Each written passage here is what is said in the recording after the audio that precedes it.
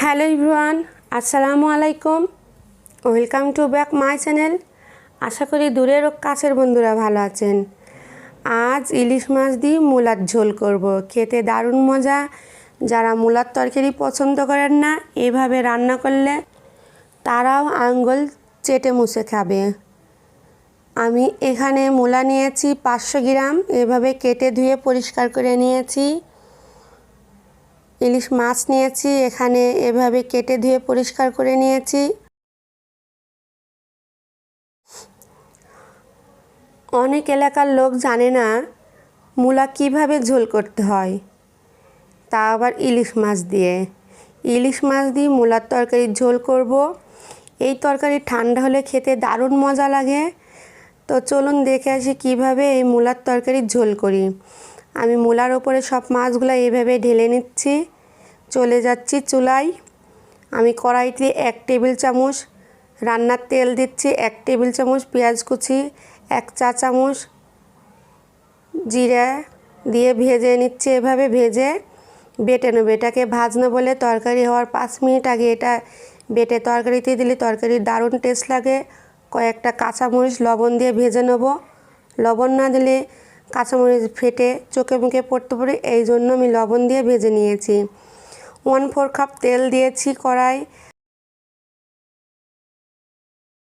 দিয়েছি। দিয়ে মাছ মূলা দিয়ে দিচ্ছি।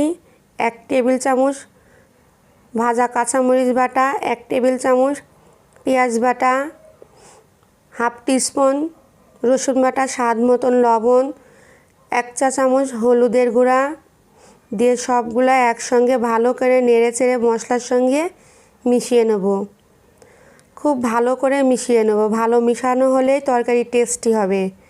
খুব ভালো করে নেড়েচেড়ে মিশিয়ে নিচ্ছি। আমার ভিডিও যদি ভালো লাগে আমার চ্যানেলটাকে অবশ্যই সাবস্ক্রাইব করবেন, লাইক শেয়ার কমেন্ট করবেন, পাশে থাকা আই বেল আইকনটি বাজিয়ে দেবেন যাতে করে আমার পরবর্তী ভিডিওর নোটিফিকেশন সবার আগে আপনার কাছে পৌঁছায়। মেজারমেন্ট কাপের 1 কাপ পানি দিয়ে খুব ভালো করে নেড়েচেড়ে আমি মূলা মাছ একসঙ্গে কষিয়ে নেব। মাছের কালার চেঞ্জ হলেই আমি মাছ উঠিয়ে নেব। হালকা হাতে আমি নেড়ে দিচ্ছি। বেশি জোরে করে নাড়তে গেলে মাছ ভেঙে যেতে পারে। আমার মাছের কালার পরিবর্তন হয়ে আসছে। আর অল্প কিছুক্ষণ জাল দিয়ে নেব। নিচ থেকে একটু নেড়ে দিচ্ছি।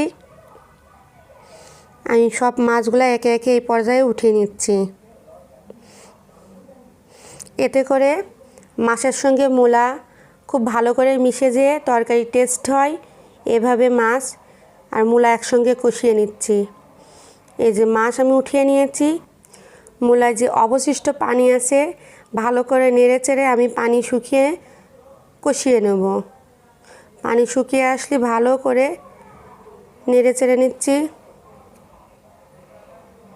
আমার শুকিয়ে আসছে, ওপরে তেল ভেসে আসছে। আমি এই পর্যায়ে পর্যাপ্ত পরিমাণে পানি দিয়ে নিচ্ছি। আমি যতটুকু ঝোল রাখবো সেই পরিমাণে পানি দিয়ে নিচ্ছি। অবশ্য মূলার ঝোল আমি অল্প করে রাখবো। এই যে ফুটে উঠছে, আমি এই পর্যায়ে ভাজনা বাটা দিয়ে দিচ্ছি।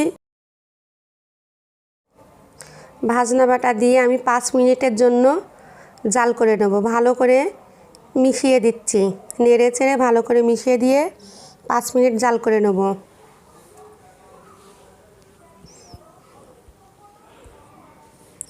5 মিনিট হয়ে গেছে। এই পর্যায়ে আমি একে একে মাছগুলা দিয়ে দিচ্ছি।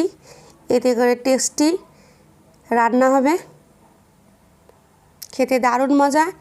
এভাবে আপনারা বাসায় মূলার তরকারি রান্না করবেন, খেয়ে প্রশংসা পঞ্চমুখ করবে সবাই। প্রায় হয়ে আসছে আমার। আমি একটু লবণ চেখে নিচ্ছি। ওয়াও, দারুণ হয়েছে, খেতে দারুণ মজা।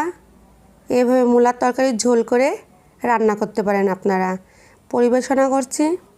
আমাদের চুয়াডাঙ্গার লোক মূলা যে ঝোল করে খেতে হয় তাই জানে না। তা এইভাবে ঝোল করে রান্না করলে খেতে দারুণ মজা লাগে। আজ এই পর্যন্তই। আল্লাহ হাফেজ।